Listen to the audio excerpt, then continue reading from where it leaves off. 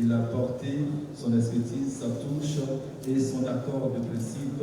Je veux donc qu'on donne des ovations nourries au ministre Souleymane Diarra, ministre du Commerce et de l'Industrie, qui a pourvu à la réalisation de ce grand événement. Je vais donc laisser le soin au DG, M.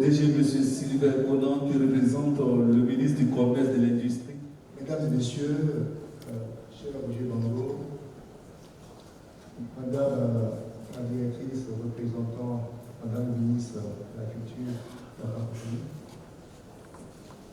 chers invités venant de la Tunisie et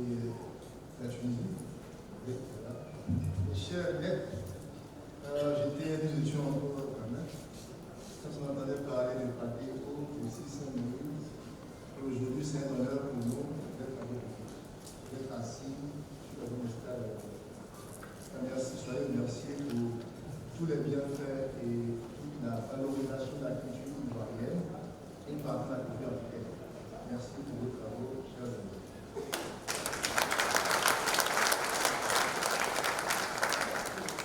Mesdames et messieurs, nous représentons Monsieur le ministre du Commerce, de l'Industrie et de la Promotion des PME, M. Souleymane Diarra, qui, dès les premières heures, a donné son appui à M. Roger Bambo et à sa fondation dans le cadre de l'organisation de cette journée des maîtres. M. Roger Bambo a été reçu à plusieurs reprises. Il a d'abord été reçu par le directeur général de l'industrie sous l'instruction de M.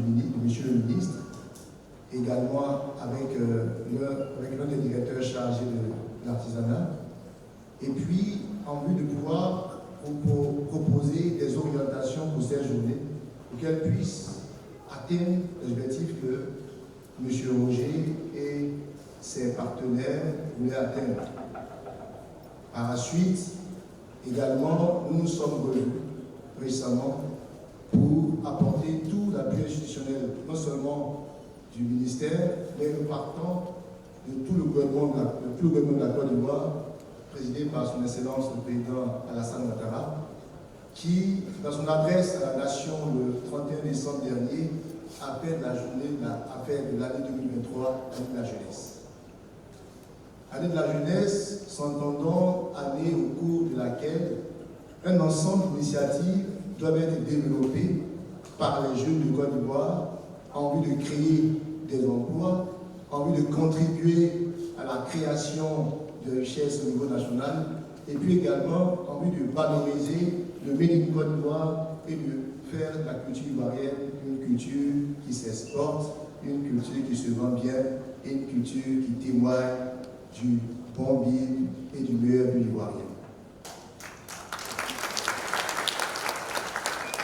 Dans ce cadre, M. le ministre a apporté tout son soutien à cette manifestation. Et nous sommes venus, nous étions très attentifs à l'allocution de nos collègues tunisiens. J'ai pris beaucoup de notes, je prenais beaucoup de notes. Pourquoi? Je vous dis une seule raison. La principale raison, c'est que la Tunisie, sinon, il représente l'organisation des entrepreneurs au niveau de la Tunisie. Et l'objectif du gouvernement ivoirien, avec à la tête son président, c'est de faire de la Côte d'Ivoire un pays émergent à l'horizon 2030 dans la tranche supérieure. Nous sommes déjà pays à revenu intermédiaire dans la tranche inférieure. Nous voulons passer à la tranche supérieure. Mais pour cela, il faut davantage créer de la valeur. Pour créer de la valeur, il faut que la création de valeur se fait par les entreprises. Et c'est pour cela que nous soutenons les initiatives visant à fédérer toutes les énergies, visant à vous mettre ensemble pour pouvoir créer. Les aînés, Sissin, Moïse et Madéo, dans leur intervention, ont rappelé le fait qu'ils agissaient, que chacun agissait, mais à un certain niveau, si on veut atteindre certains niveaux, il faut pouvoir se mettre ensemble il faut constituer des entreprises, il faut constituer des groupes forts pour pouvoir aller de l'avant et réussir. Et c'est l'objectif que nous poursuivons au niveau du ministère du Commerce. Il y a eu plusieurs dispositifs que le gouvernement a mis en place pour vous permettre de sortir de l'informel pour passer au formel. Quand vous êtes formel, vous pouvez bénéficier d'un ensemble d'avantages de tout le dispositif que le gouvernement a mis en place pour accompagner les entreprises, pour vous accompagner dans vos domaines d'activité. Je suis le directeur général de la promotion des PME et de l'artisanat. Il y a beaucoup d'artisans qui sont dans l'informel. Il y a beaucoup de petites et moyennes entreprises également qui se disent petites et moyennes entreprises, mais qui sont également dans l'informel.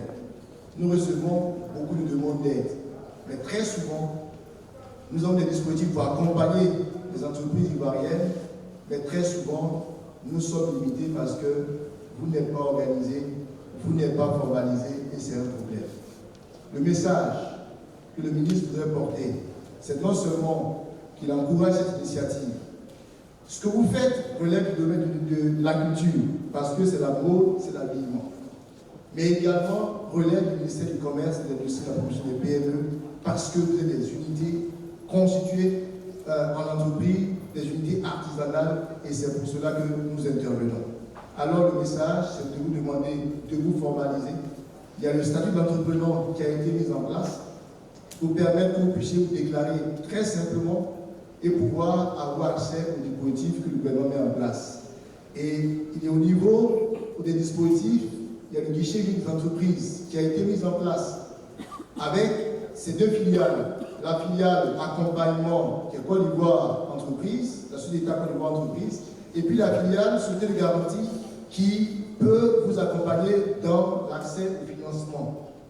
Il y a un ensemble de choses que le gouvernement fait, mais pour pouvoir bénéficier, il faut formaliser.